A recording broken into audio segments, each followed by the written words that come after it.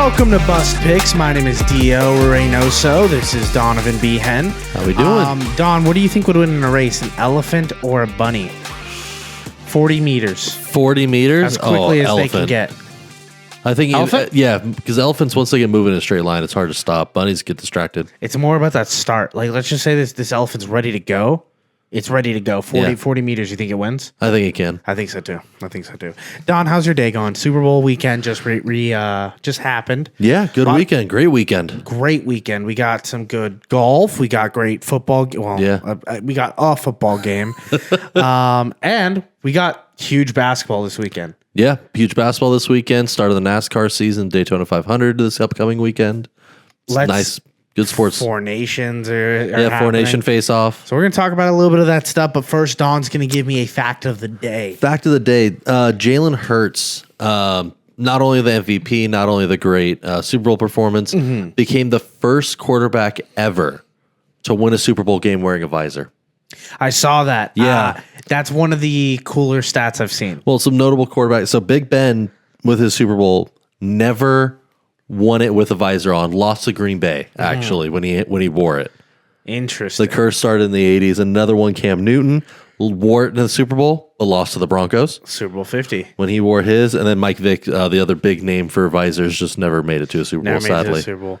So, wearing a visor up until few days ago. Yes. So curse. Bad idea. 45 years about.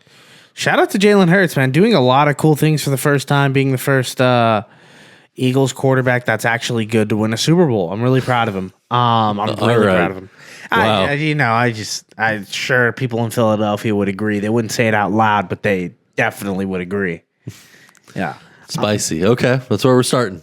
Super Bowl recap. We're going to talk about all the things that happened in the Super Bowl, from some commercials to the halftime performance to what happened in the game to where are we going with these teams and what's the NFL going to look like. But first, I have an apology to make.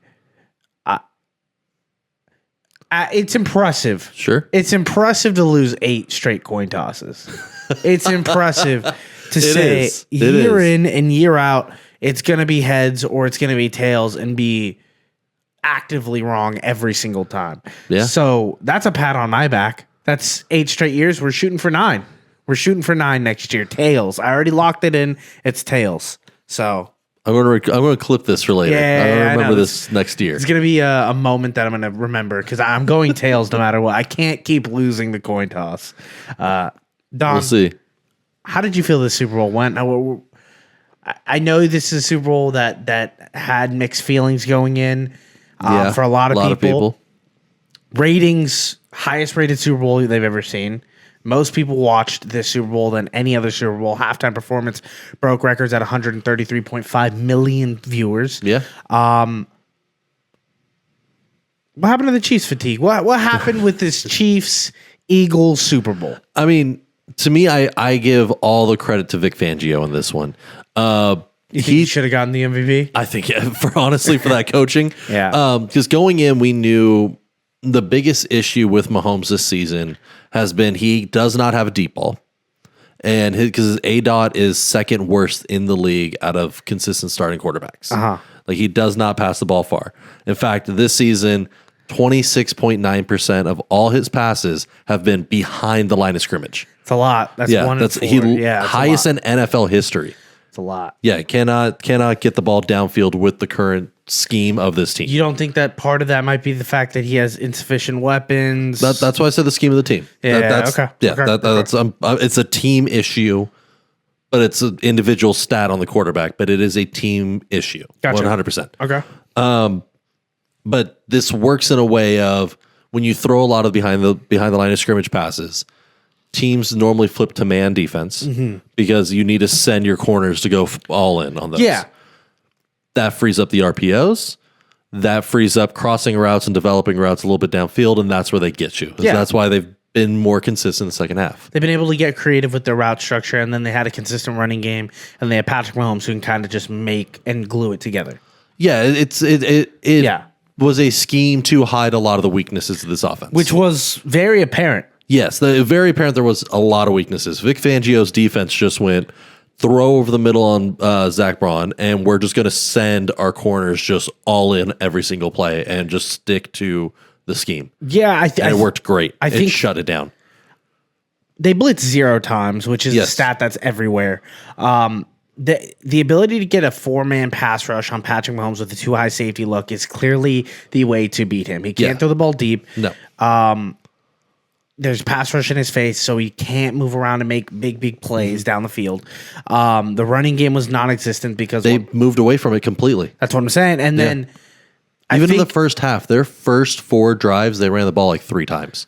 They just never went for it. I think their inability to also have receivers, including Travis Kelce, that could separate and make genuine plays and make things easier for Patrick Mahomes a little bit. I think it's a huge problem for them now. It is. I think Mahomes had one of his worst stats. So, okay, the big one everyone's throwing around was a 6 and 14 for 33 yards at halftime. Yeah, bad. Very bad. The weird one, and if you actually look on his average of his career, he's a 66.5-ish completion percentage quarterback on his career. Yeah. He's down 24%. Yeah. This game going into halftime. That 24% almost exactly matches up to his behind the line of scrimmage passes that the Eagles took away. He throws what the offense or what the defense is giving to him. But the interesting one to me was in this game, in a clean pocket, 6 for 9 for 33. When he had no pressure on him, 33 yards the entire game. I mean, according to ESPN Next Gen. It's bad. What about that 60-yard strike that he made to Worthy at the end of this game? They counted it as having a pressure on him. Oh, gotcha. Because, so in a clean, 100% clean pocket when he released the ball, he could not perform in this game. I think there's other things. No, there's other issues. Yeah. But also when you have, I think it's the receiver issue, but he was also off target constantly in this game. Yeah. He was throwing behind receivers. He was missing them completely. His feet were bad. His footwork wasn't there. It was a bad game. Performance. It was a very bad performance. I will say it's flat out a bad performance by Patrick Mahomes. I don't think it was helped. I don't think anyone helped him. What Patrick Mahomes clearly needed to do is play at level 100, which is something we've all seen him do multiple times, and carry an offense by himself, and he couldn't do it. No. Because, and this is a question I'm going to pose to you now. Sure. Is this Eagles team an all-time team? Because they go 14-3. When they're healthy, they lost 1 game, and that was to the Falcons, where Saquon Barkley dropped a pass to get them a win. Other than that, their losses were when they were severely injured with Jalen Hurts out of a game with the Commanders, and then they lost to I'm blanking, but they lost to the Tampa Bay Buccaneers without AJ Brown, without Lane Johnson, and without a couple other players. They were missing a lot. I think this offense has been carried by Saquon in a major way, and I don't think it could really be in a major way. I think Saquon was the entire reason this offense was firing at the level it was. Devontae Smith and AJ did not put up numbers that would scare me as a receiver duo.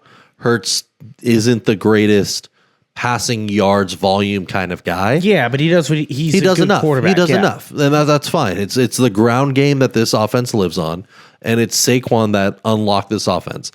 To me, where it falls into the conversation of an all-time team is that defense.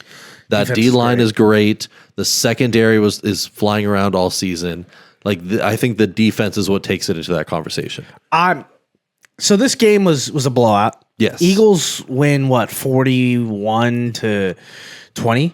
41, 21, 40, 41, 22, whatever. Yeah. And even the last 2 scores by the Chiefs were garbage time touchdowns.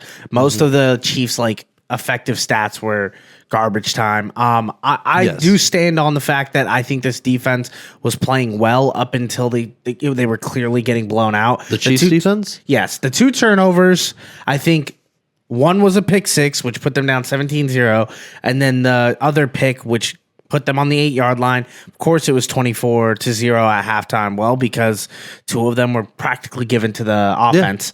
Yeah. I don't know if the defense was playing. The defense sold out to go after Saquon. Correct. And he still had just shy of 100 yards. Yeah, I mean, he still played really well because it was exactly the script that the Eagles wanted. Yep. They got to play their game. I want to talk about Jalen Hurts, your MVP. You called it. You made me a little bit of money. Jalen Hurts, there's a conversation that started, and it's clear that he wants to be put he wants his name in that top 5 conversation. That Lamar's, the Josh Allen, the Patrick Mahomes, the Joe Burrows. I know you don't love that name.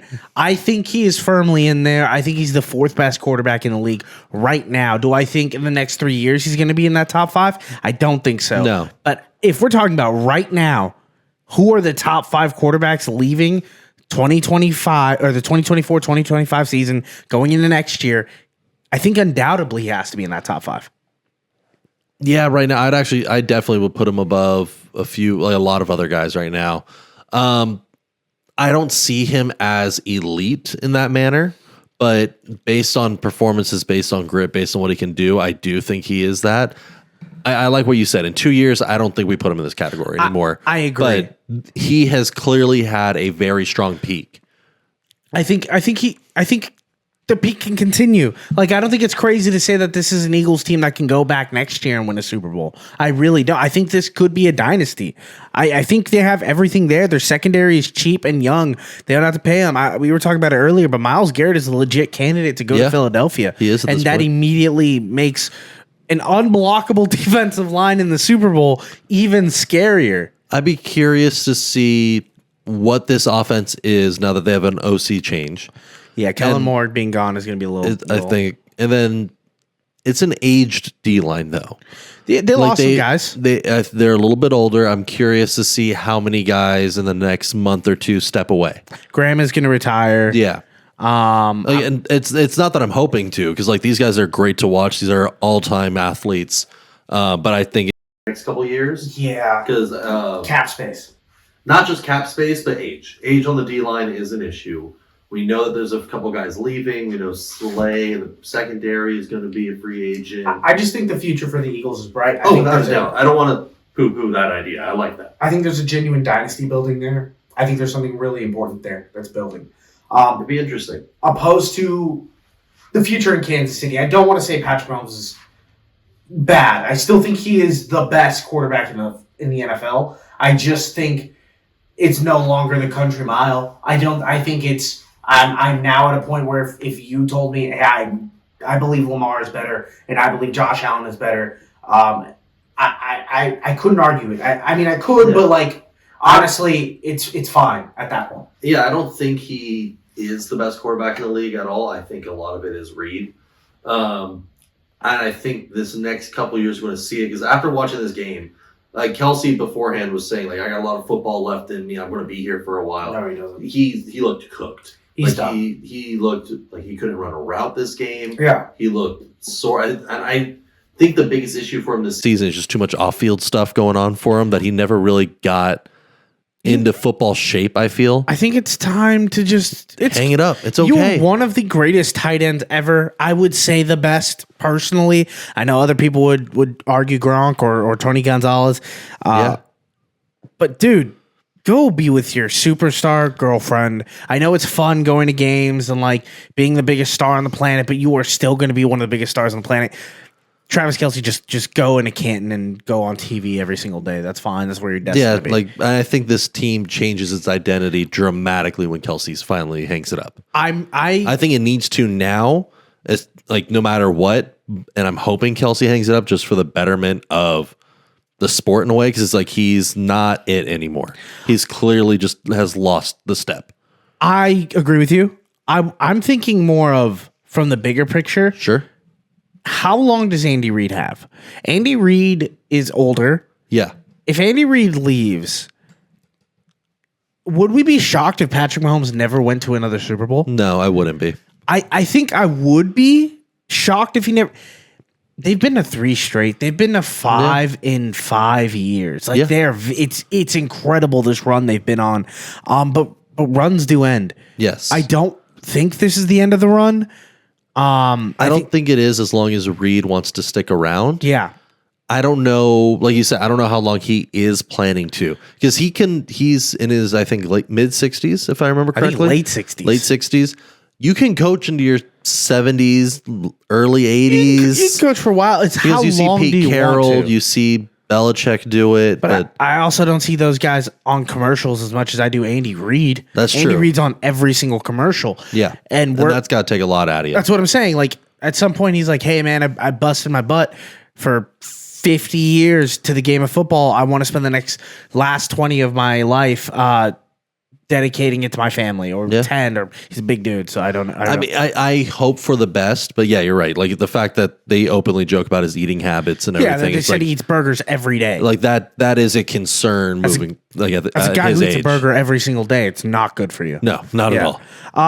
A few other things I want to talk about. Jalen Hurts, very good. Yes. Eagles, very good. Chiefs, still a very good team.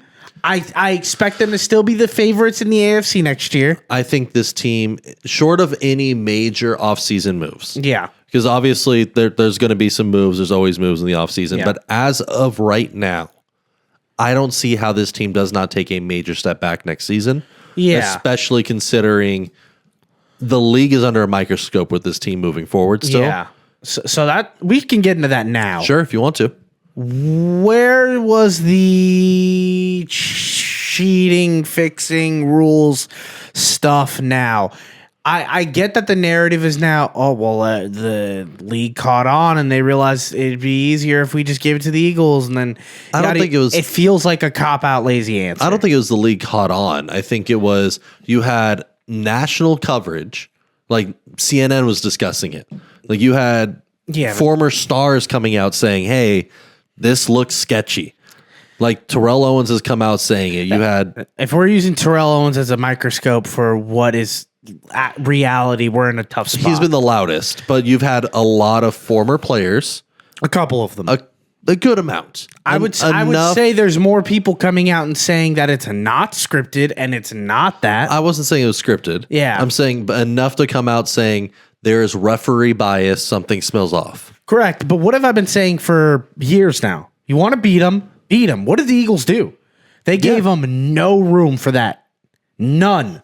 No, and they beat them. Yeah, they beat them bad. But also, did you notice there wasn't any major game-changing calls in favor of the Chiefs? Because they didn't have to leave it to that. They just beat them. Yeah, because there was no room for the NFL to step in.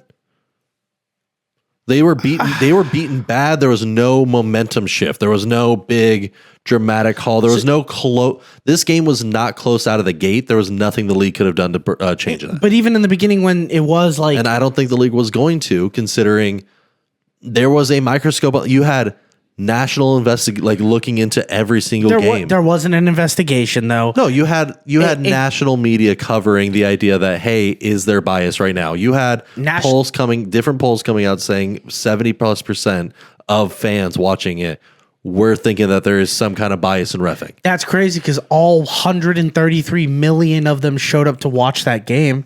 Yeah, and it worked out well because it paid off. Yeah. The league immediately has said that they're going to make some offseason rule changes. The flopping stuff, I will agree. That probably should be... It got addressed on issues that fans got upset about, that the Chiefs were getting those calls. You know what? You're right. I'm happy that if the fans make a loud enough stink, that the NFL is mature enough and realizes that they should make those That was changes. good. That was a positive thing to me. I just don't believe that there was a inherent... Yes, there was a bias to the Chiefs. There is. But I don't think that it was game-changing, and I think the hooting and hollering about it was a little too much for me. I thought it was a little too crybaby for me. Personally. Okay. If that's you. I want to talk about one more thing about this game. Sure. It feels like at the end of this Super Bowl, we're not going to talk about the absolute performance that Cooper DeJean went on. Oh, without a doubt. I think, honestly, I think he should have deserved the MVP. I think what they should have done, and you kind of touched on it with Vic Fangio. Yeah. They should have taken that MVP trophy, cut it into 11 different pieces, and added it to all of the defensive players' Super Bowl rings. Oh, without a doubt, because Hurts had one of the better individual performances. Yeah. Yes. Hurts did not have a Super Bowl game-changing performance. That defense had pick six alone, second player to ever score on his birthday in the Super Bowl in NFL history. That's crazy. That should have been the fact of the day. That's crazy. They showed it on the screen after his pick six. I was like, I couldn't. I think that Cooper DeJean play, there's always a play in the Super Bowl. Yes. That you're like, that's what happened. That Cooper DeJean pick six is the play to me. Yeah. That is the... I got up and screamed because I was like, this is amazing. Yes. I'm really excited for the Eagles going forward. I do want to talk about the halftime show because it seems to be the most polarizing thing about the Super Bowl. Me and you are big Kendrick Lamar fans. Yeah, I like Kendrick. So it's not really like, it's not a surprise that me and you had a really good time watching it. Yes. And like a lot of people I know really, really enjoyed it. It was a little weird that he spent a lot of time talking about Drake, sure, but like that was a huge reason why he was here. Yeah, we knew what that was going to be. At the end of the day, I think it was a fantastic performance. Yeah. Was it the best Super Bowl halftime performance of my life? No. Still Prince. It's always going to be Prince. Purple Rain in the Rain is amazing. It's tingles, and it was the Colts Bears Super Bowl, so it's like double. I like the I don't like the Shakira J-Lo Super Bowl. I know that I'm in the minority for that. Yeah, that one was a great one. Yeah, I like the Weeknd Super Bowl halftime performance. I like Rihanna's Super Bowl halftime performance. Sure. I think when we look back at this Kendrick Lamar one, though, I think it will be one that's a little bit forgotten. Maybe a little bit. Maybe not forgotten is the right word, but not. I don't know. He did call Drake a crazy word in front of millions and millions of people. So maybe I'm wrong here, but I think it was a really good performance. I just think people that don't like that style of music, really didn't like that performance. I mean, you're always going, no matter who is doing the halftime, you're always going to have someone who's like, oh, it should have been somebody else. Like that's just the nature of like it's subjective. Yeah, they want their guy. Or girl. Yeah. Kendrick is one of the biggest selling artists in the country right now, and it makes sense that he was there. I had a good time. You liked it. What was your favorite moment of the? I mean, it was the moment, right? Well, I mean, the grin that he had as he like kind of walked by.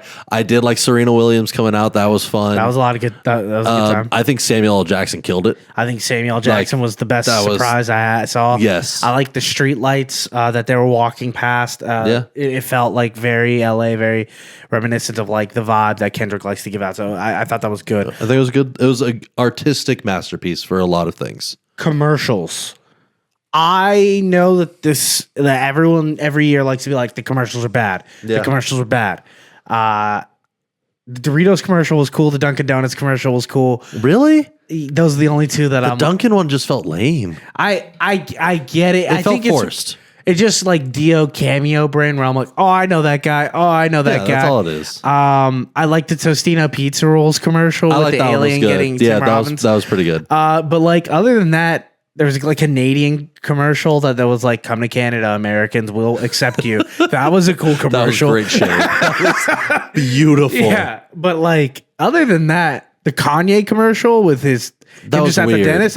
That was weird and I hated it. Are we getting to the point where we're like, these commercials kind of get dropped a few days before the Super Bowl? Are we at a point where we're like, we kind of don't need Super Bowl halftime commercials anymore? Yeah, there's no real cultural, like it used to be like there was one or two that would stand out and like that would be the talk for the next week. People would be like, what movie trailers are going to get released? I remember nothing feels like it feels Jurassic Park, Lilo and Stitch. That was like it. Yeah, it's lost its bite a little bit. I would feel because you've jumped the shark for so many years now that you're just doing like slightly elevated more than normal. It doesn't feel like you're going all in the same way previous years have. I don't feel like there's a commercial that everyone's walking around the next day being like, did you see that? Not for the last quite a few years. Yeah. Not since Doritos went off the rails with theirs for a few years. Shout out to Doritos. They're the best company in the world.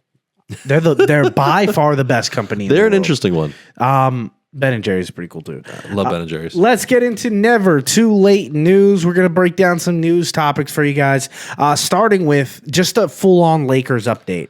Yeah. Lakers ball's happening, and a lot has happened in the past few days. Me and Don are diehard Lakers. We want to talk about some things that happened. First thing, Lakers made a trade, Dalton Connect for Williams. And Cam Reddish, and I think a second-round pick. And that trade ended up getting vetoed. Kinda. What happened? The Lakers stepped out of the trade after saying Williams failed his physical. They have yet to come out saying specifically what failed, like coming out to the public. They've obviously informed the NBA. They informed the Hornets on what the issue was. Hornets are now fighting back, saying that Williams has not failed a physical, and they're trying to force the NBA to force this trade through. Yeah, it kind of feels like the NFL or NBA was like, or especially Lakers were like, we actually think we'll be better with Connect anyway, and we'll sign a free agent center, and we really don't want the trade after all. I know they went and got Alex Len, which is like solid free agent. He's fine. He's fine. He's serviceable. Yeah. I will say Williams in his 3-year career has had a lot of issues. He's coming off a back injury. 60% of his games. He has a lot of finger and ankle issues. So it wouldn't surprise me that the Lakers medical staff didn't look at it as there's an immediate issue, but failed the physical based on long-term health. That is a view that the Lakers do like to take with their players. Yeah, absolutely. As you should. Yeah. If you want to get a player that's like loves to be injured all the time, and still wants to be in LA, go to the Clippers. They're perfect for you. Yeah. But in LA, the Lakers, we kind of just want like steady, strong, elite players like Luka Doncic, who we're going to talk about in a few seconds. Well, and I feel bad for Williams in this though. Okay. Because right after the trade was he failed the physical, the Hornets publicly went out and like were making a big deal on social media, big deal in person, saying like they're welcoming him back into the team. Yeah. Like, and as you should. Like that you support your guy. He's still on the team. And then a day and a half later, you come out saying, no, you're going to force the trade through and you're trying to get rid of him. On top of that, you have the Lakers now, who clearly do not want him. Yeah, and they're very much like, Connect's our guy. What are you talking about? We didn't even want to do this trade. And now I feel bad for him because he's literally in a situation where both teams do not want him. Well, he's just going to be traded in the offseason. He's a free agent in the offseason. His extension still restricted because he's but they could cut if he gets forced to the Lakers. They could cut his extension. He's gone. Yeah, Hornets are clearly going to try to get rid of him right now. Yeah, and so that's just bad. Like, hey, you're going to get traded. Okay, that's fine. The team welcomes you back, and then the next day, no, we're going to force our way to get rid of this guy. It's just a really bad spot for Williams. Like, I think they're doing him dirty. I think they're doing him exponentially dirty. Yeah. I think it's a bad place for him. It's a bad look right now on the Hornets. And if the Lakers cut him immediately, I kind of think it's a bad look on them a little bit. I want to get into what happened with Anthony Davis this weekend. Sure. Anthony Davis decided to make his debut a little earlier than Luka. Had a great game. Yeah, had a good one. Had a very good game. And then went down with an ankle injury and is expected to be out for a month. It's a left abductor strain, officially. Cool. It's not good. Multiple weeks. And it was one of the biggest reasons that the Dallas Mavericks fans hated this. In fact, they showed a Dallas Mavericks fan the other day, and it was saying, fire the GM, get rid of him. And then they took him out of the stadium. Which is incredibly hilarious. Have the balls, Dallas. If you knew what you were going to do, show your fans. Your fans are clearly upset. They're clearly rioting outside of the stadium every time you guys have a game. You now traded for a player who's out for a month. You already knew he had injury history. You did get Christie, who hit some really big shots in that game for you, but it's not looking good if you're a Dallas Mavericks fan. So the average NBA player, like starting five player, since 2023 has played an average of 66.7 games. Okay. That's the league average right now. You need to play at least 65 to be eligible for MVP voting. 66.7 is the league average right now. Since the 2020 COVID bubble, which was the first year AD came to the Lakers, since that first season, he has played 68% of games. Okay. One season he has played more than 65 games. Yeah, he is not available consistently. Or my apology, he played 65.9. Yeah. He has one season above 68. So he's a below league average games played player who's consistently injured, who has only had one game or one season since 2020 over 65 games. He's turning 32. So then why'd you trade for him if you knew this was a concern? 2 years ago, he only was in the 30s in game count. Out of 82 games, he was played only in the 30s. He was hurt pretty bad a few years ago. But that's the issue.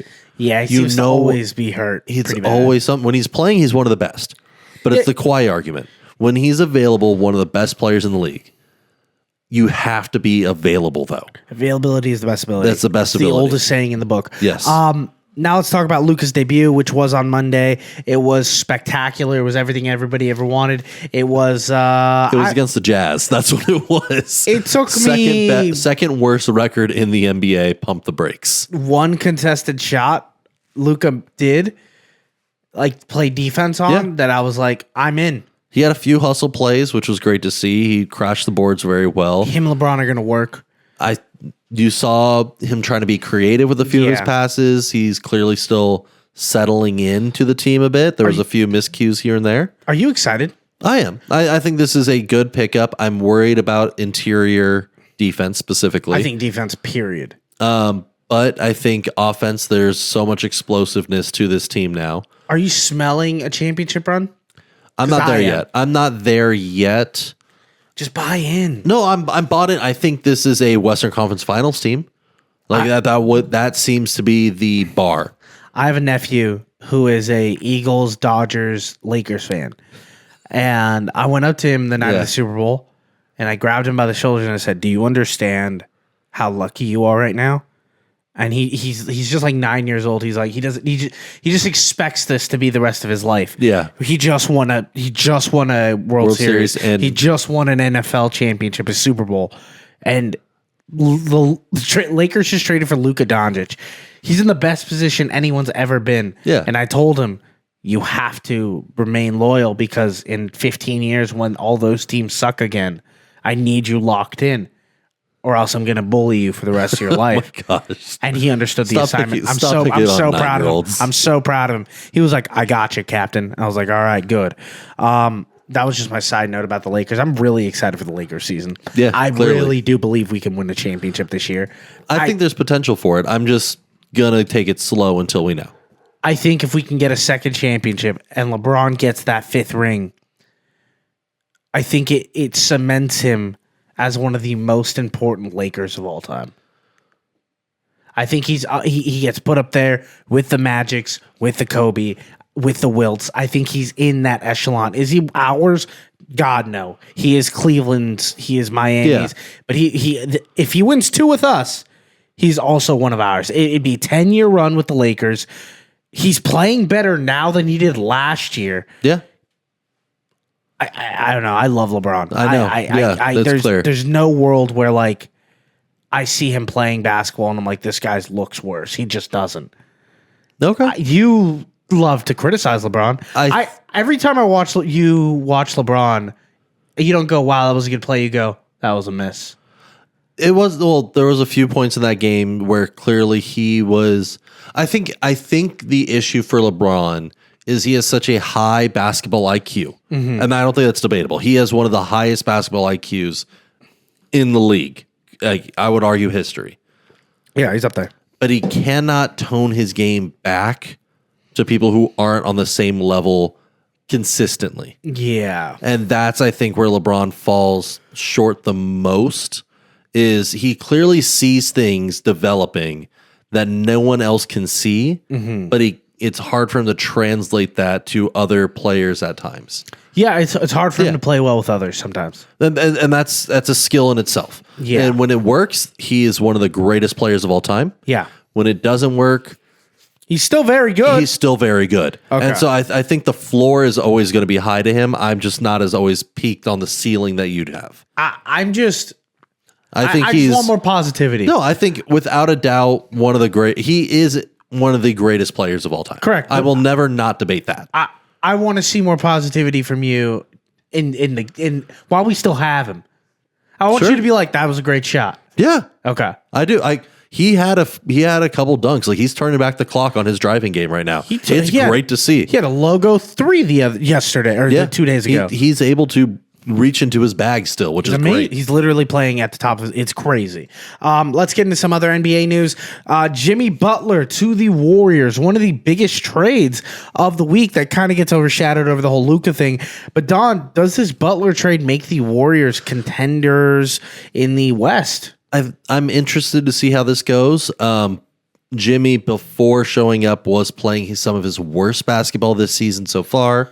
He only brought up the ball up the court 11.9% of the time. That is a career low from him. He was also being a off the ball switch screen guy for a career high amount. I don't know how much that was his effort or his game ability or the Heat scheme right now.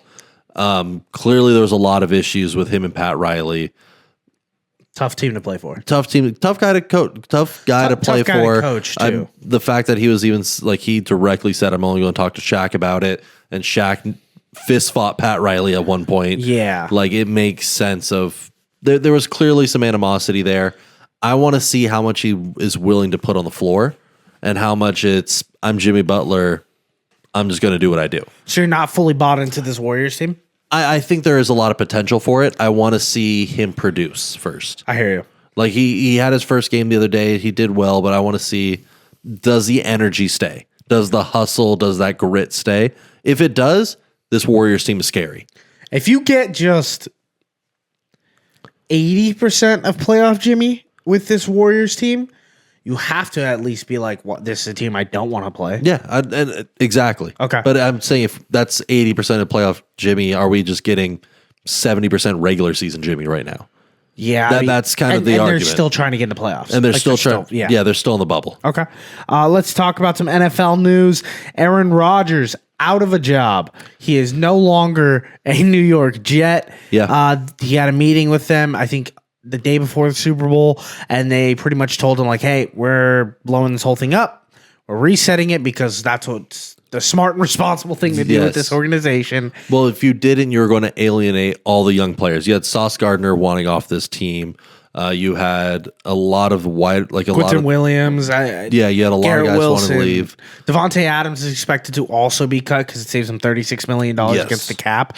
I guess what the final straw was, what was being reported a few hours ago, was they had meetings with Rodgers coming in before they released him, and were saying they had two conditions for him in order to continue playing with the team, is that he had to show up to every practice from now on, and he had to no longer go on the Pat McAfee show.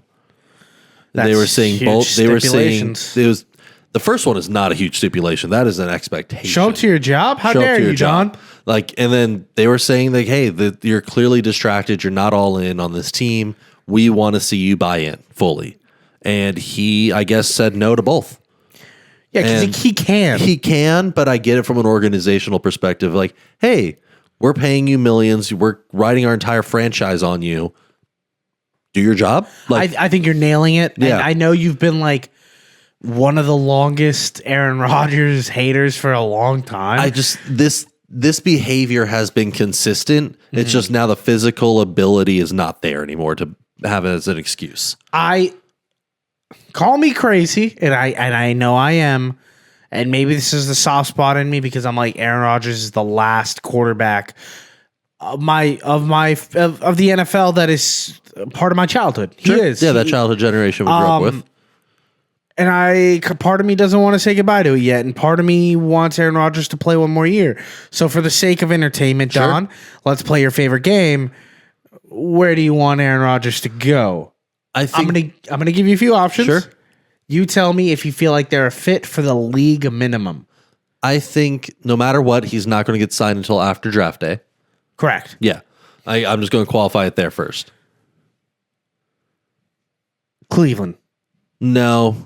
Doesn't feel like right? it. Cleveland, I think they re-signed Jameis. They already have too much issues with Diva, with Deshaun. They're not going to bring in another locker room issue. Indianapolis. I think he's a good fit for Indianapolis. They'd like to go after and get veteran quarterbacks towards the end of their career. It depends if they're going to go full rebuild or not. If they blow it up, doesn't seem like they're going for rebuild. No. It seems like they're running it back one more year. And then that's where I think Rodgers slots in.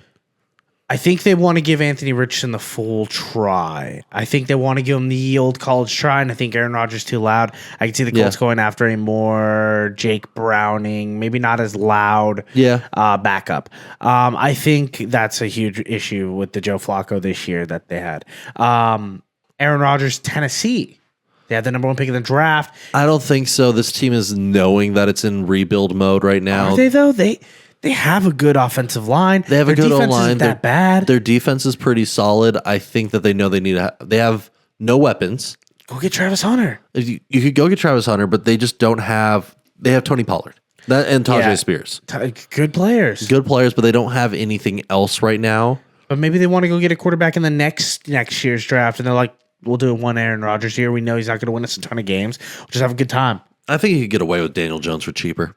Yeah, and do the same experience. Can I be honest with you? I think Daniel Jones in Tennessee would be kind of like Ryan Tannehill in Tennessee, where like it works for like 3 years, and that's enough right now. That's all they need. Like, I don't think you need to bring in the drama. Minnesota. No, Aaron Rodgers in Minnesota. I mean, he would full Brett Favre. He would full Brett Favre, and that's why I don't think he would even like acknowledge that, because his entire career arc has been Brett Favre, and now it's like he had like to go there is be him accepting it. It would be hilarious. It would be the greatest thing in the world for trolling purposes. And then lastly, the other New York team, the Giants. I could see him signing here. The Giants need something to entice fans at this point. And they need, even if they go get a quarterback, it's clear that these are bridge quarterbacks. Yeah. And they need to sit behind for a year. That one makes sense. I'd even argue one team you left off, and it's based on media reporting right now, is the Raiders. Okay, so that's the team I really want to talk about. Because, well, right now, Shedeur Sanders is... He's the clear favorite to go to Vegas. He's a clear favorite right now, but there has been conversation based on Dion that his draft stock might tank. It is. It is tanking now. Yeah, it's actively, and it's because of Dion's going to be involved with the team. That's kind of the expectation. Well, Dion's staying in Buffalo. I know Dion's going to be involved in his son's life as an agent and a father and a coach. But is he going to do more? Well, the coach part is the red flag. Yeah, I mean, yeah. Yeah, and that's where we'll see where he ends up. I think the Raiders would bring in Rodgers. If he falls to 6, he's a Raider. Yeah, I think, but it'd be interesting if they pass him up. Who knows? Yeah, that's our Aaron Rodgers talk. I really do think I already convinced myself. I think Aaron Rodgers might have another good year in him, and he probably doesn't. He doesn't. He probably doesn't. We're going to get a worse year than what we saw this year, because now he really doesn't have a lot to play for other than a check. He's not coming in as a savior, as like a potential Super Bowl champion. Like, he's not getting the noise the Jets got in the beginning of the season, where they're like, "Hey, we're 4th best betting odds for the Super Bowl." Can I pitch you something? Sure.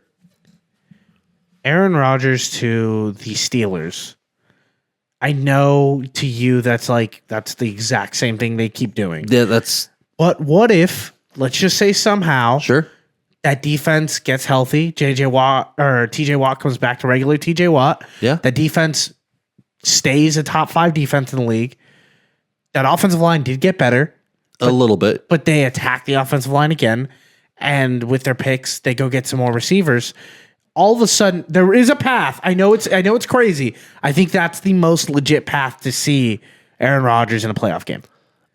It might be just because they will find a way to win 8 games, 9 games. Correct. I don't think it would work for any amount of team chemistry, and you're going to see Tomlin or Rodgers leave mid-season. Yeah, one of them will shoot each other. Exactly. Yeah, one of them will. And explode. it might be George Pickens starting to fight with both of them at once. And George Pickens lights the fuse. What do you mean? It's all going to be awesome. It is not a. Like, I see what you're saying, argument-wise. I can see it. I can see it on paper, but there's too many personalities there that I don't think would mesh whatsoever. Kellen Moore is now the head coach of the New Orleans Saints. Interesting move 2 days after winning a Super Bowl. I think they kind of narrowed it down to Kellen Moore weeks ago. They were just like, we have to wait for him to finish his job. I meant interesting move for Kellen Moore to jump over. What do you mean? Why? Like, you had the argument that you could run it back. Who cares? You don't really get many head coaching opportunities, and this is a guy who's had a lot of buzz around being a head coach since he was in Dallas. That's true. There's a lot of people that really, really think Kellen Moore can be a legit head coach in this league. I'm not one that's there yet. I like him. I think Joe Brady should have gotten the job in Buffalo. But hey, Kellen Moore, New Orleans, the number one, I would say, train wreck in the league outside of Cleveland. It's absolutely hell. That roster is not good. It's old and it's expensive. Good luck, brother. I hope they give you more than a season. I mean, there is a little bit of potential here because he does have a way with aging running backs to bring the most life out of them. Say what you want about Kamara, but he is still He's 30, but still putting up top 5 running back numbers. Top 5? This season, I think it was top 6, top 7. That's not top 5. In total yards this season, he's up there. Really? Yeah. Did he get to 800 rushing yards? I think he did, even with missing a couple games at the very end. Let's see. But you have very talented receivers still, and it'd be interesting. So, Raheem Shaheed's a free agent. You really just have Chris Olave and Bud Means. Like, that's not great. He had 950 rushing yards. Wow. He had a pretty good year. And that's missing 6 rushing touchdowns. I think he missed 4 games. Yep, he missed 3 games. So he would have been over 1,000, and then his receiving work still puts him into upper echelon. Yeah, I mean, he's receiving work. He's the guy. He's it on this offense. I think that's impressive. I didn't think it was like this. Wow. Yeah, that's what I'm saying. Is even if he's older, he's still up there. As a talent. Like the physical capability has not fallen off. Interesting. I would put other players above Alvin Kamara, but that's me. Yeah. Interesting weird note that came out of this though. Kellen Moore played Derek Carr in college. Yeah, they played each other back in the day. It was like a blowout too. Yeah, 47-10. Derek Carr lost. Yeah, to Kellen Moore's Boise State. Shout out to Boise State. Those guys were dogs in the Mountain West. They're still dogs. Yeah, they're going to the Pac-12 now. Shout out to them, reviving the best division in football. But yeah, I think you got to figure out the defense. You got to figure out the quarterback situation in New Orleans. But the offense has a couple pieces here and there that could be exciting for fantasy purposes You're low key a Saints fan.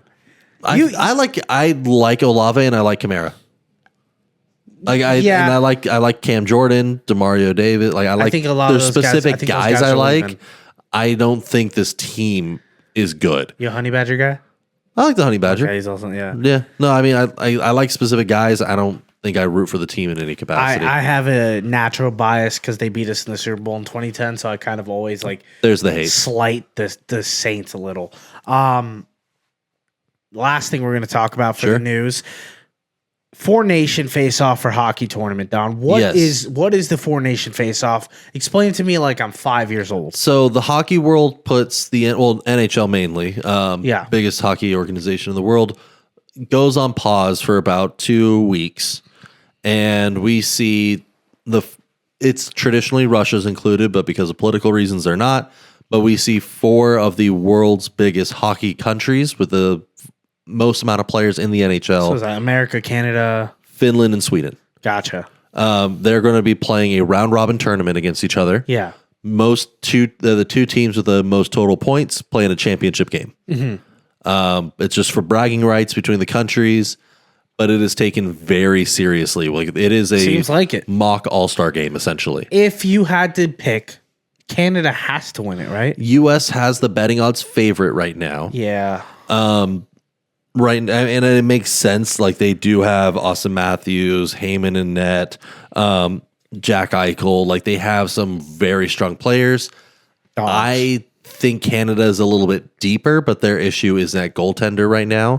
Don't have elite goaltenders in Canada? Well, I mean, Hill is awesome. Hill is great, but they're trying to see if they could get Bennington to start off the St. Louis Blues. Mm-hmm. Bennington is coming off his worst season right now in his career. He is a little bit older.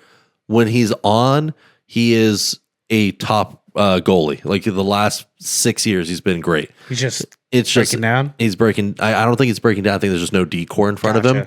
That's what they're betting on is, hey, we have arguably one of the best D-cores in the league. He plays for San Jose? St. Louis. St. Louis? Okay. Last I'd heard. I need to double check that because I know I always just tie him to the Blues mentally. He's probably on the Blues. But yeah, it's just he has a weaker D-core in front of him right now. In the NHL, they're saying, hey, we got a great one in the national 4 Nations. That should elevate his game back up to where we know it can be. And I think people are sleeping on Sweden because I think Sweden has one of the best goalie tandems in the league right now. Of this 4 Nation. I'm going to be rooting for America because, that's where we live. But I'm going to watch this. I think it's going to be a lot of fun. I think it's good hockey. And it's a great round robin tournament. Like it's just game after game after game. I'm a sucker for a good tournament. You show me a tournament, I'm in. Weird one. Canada's starting 2 lines is what got me like fully bought into Canada. I'm taking them snaky on the side right now. They're plus... I think they're plus 400 odds last I saw to win the whole thing. It's a lot. Reinhart, McDavid, and Mitch Marner as their starting line. Second line is Stone, Sidney Crosby, and McKinnon. Great. It's just bombs are going to be thrown at the starting lines here, which is going to be a lot of fun. I can't wait to watch that. Let's get into Bust of the Week. Bust of the Week goes to the biggest bust of the week. Sure. My Bust of the Week is Sean Strickland from the UFC. Okay. Main event. This is a guy who goes on YouTube, goes on the internet, Twitter, all these sites, and then some people say he's free. Some people say he's unapologetically himself. I would say I know he's lived a tough life. Yeah. I don't always feel like that's an excuse to be obnoxious.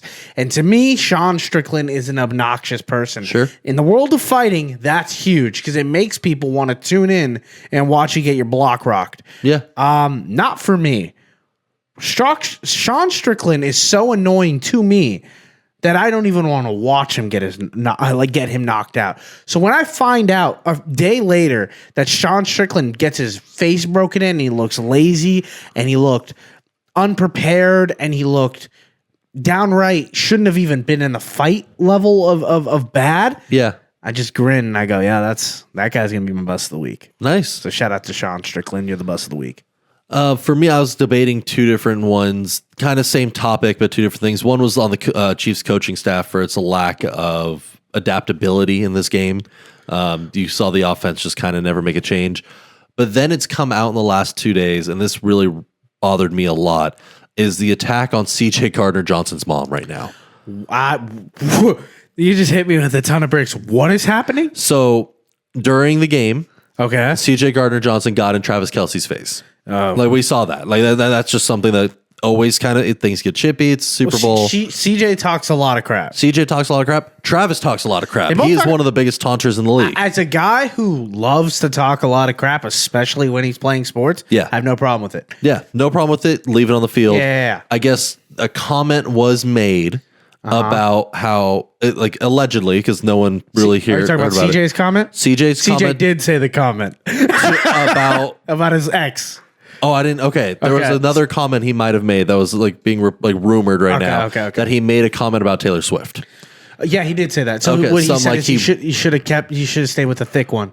Oh, okay. There was that, and then there was the other comment that he's like, "Oh, I'm sorry, we ruined your night," kind of thing. Like the rumor that Travis Kelce was going to propose to Swift if they won. Nah, the big one that got reported was you should have stayed with your thick one, which referring to his ex-girlfriend. So now Chiefs fans and a lot of Taylor Swift fans, rumored, but mainly Chiefs, are going after CJ Gardner-Johnson's mom online. She owns a restaurant in Philadelphia, and the restaurant's now getting bombarded with 1-star reviews. People have been allegedly vandalizing the restaurant now. Yeah. And just attacking her for something she didn't even do, for a trash talking during a football. For giving birth. And to an NFL play. And for trash talking that occurred on the field. I think that's an all-time low moment. This isn't Chiefs fans. I'll tell you right now, this isn't Chiefs fans. I think it's a mixture. I don't. I think this is clearly Taylor Swift fans and the Swifties. This is textbook Swiftie stuff. And it's just gross. Well, because they're doing it under the guise of Chiefs fans then. No, I mean, they're doing it they are. I'm not saying they're not Chiefs fans, but the average Chief fan is not this or agrees with this. And that's just my issue with it right now is either way, even if it's not the average, it's part of the fan base is doing this. Doesn't matter. No one should be doing No one should be doing this whatsoever. No. That is a line that is beyond crossing a line. It's incredibly disrespectful. Yes. It's incredibly rude. They are trying to ruin a woman's livelihood for a sports trash talk. And look, I'm just finding about this right now. Isn't Taylor Swift's whole thing that all of her fans talk about is boosting the economy, and everywhere she goes, she boosts the economy and small business? Yeah. And now they're attacking a small business. That way she has the ability to attack small businesses when, well, she's not doing it. She doesn't care. No, she probably is just finding out about it a couple days too late, but still. Fans are crazy. Fans do Sometimes fans get in their own head and do a little too much. That's a huge bust of the week, Don. Congratulations. You win bust of the week this week. Not a good win. Not a thing I want to win. Yeah. Let's get into question of the day. Question of the day. Don, I got 2 of them for you, actually. All right. First one, it's cold. It's cold outside. Yes. And in some places, it's colder than others. Winter sports are at a maximum right now. Okay. And as a guy who's been coming home every day, watching you watch snowboarding in the X Games in Aspen, which is great. I get to ask you a question that I know the answer to. Oh, God. What is your favorite winter sport that isn't hockey? Ooh. What is your favorite winter sport that isn't hockey? I'm going to give you mine. I already told you in the house how I feel about snowboarding. I'll tell you guys. I think it's good. I think it's a really fun sport, and I think you can be really creative with it. I personally don't think it's the best. I think bobsledding is electric. I think, and I'm not saying that to be ironic. No. Genuinely, it really is. If bobsledding is on TV, I'm sitting there and I'm watching it for an hour. I think it's a good time. Now, part of that is it just me playing Cool Runnings highlights in my own brain? Sure. But like, I'm still having a good time. My real answer though is the ski jump. The ski long jump? The ones where they're just soaring in the air. Yeah. Oh, that is majestic to see every time. I think it's one of the not only the most impressive sports feats. I think it's one of the most impressive things you can do on this planet. It's incredible. You're flying. It's the closest you get to flying without flying. Is. Yeah, it's awesome. Do you have an answer? For me, I would say downhill skiing is a big favorite of mine. The tight turns, hitting flags. The kind of off terrain speed still build is an interesting one. I am a big snowboarding fan. I love watching it. Knuckle puck and big air are kind of two of my favorite events. I do agree with the bobsledding though. It is fun. Insane to watch the kind of different dynamics. There is the one, I'm forgetting the exact competition name but it's basically you're laying on your back soloing it. And of bobsledding, and that's even crazier to me. So I just think winter sports are just like, hey, we have an idea that just got taken way too far sometimes, and it's great to watch. It's incredible winter sports sometimes. Sometimes they're perfect for what they are. They're here for like 3 weeks, and you're like, all right, bye. I'll see you when the snow comes back down. I have another question of the day. Sure. This one's a little bit more topical about Valentine's Day. Valentine's Day is coming up in a few days. Interesting. I just wanted to get your idea of what is a fun Valentine's Day date? Okay. And are sports events a good Valentine's Day date? I understand that like Valentine's Day, they gouge prices. Yeah. And I know sports aren't exactly the most like romantic thing, but if you could get a fair price for, let's just say, a Kings game.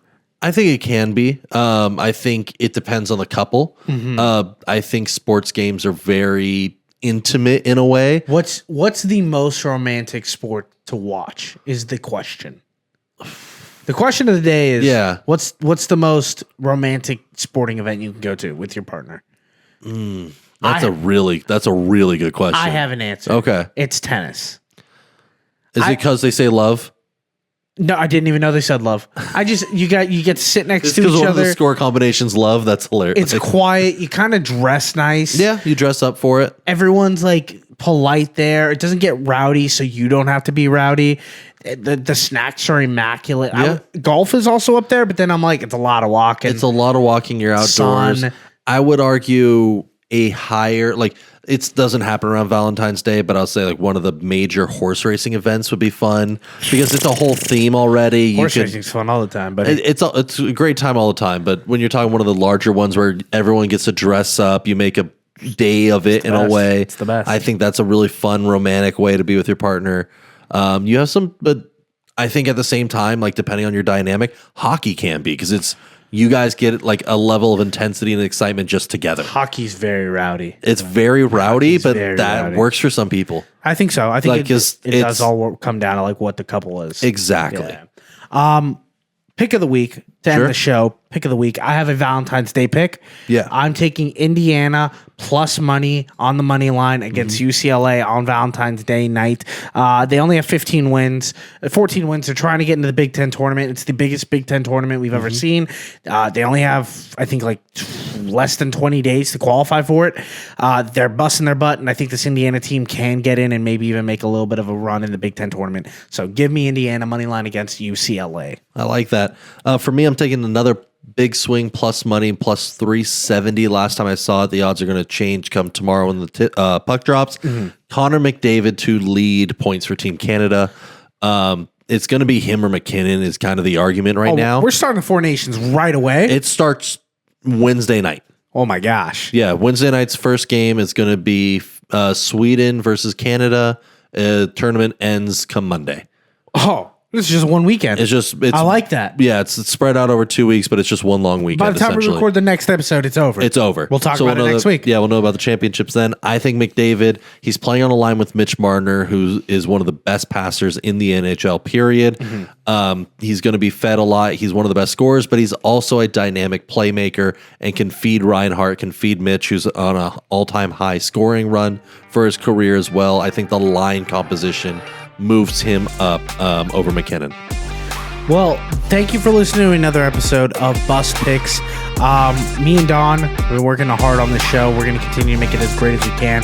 My name is Dio. That is Don. And remember, pray for the parlay.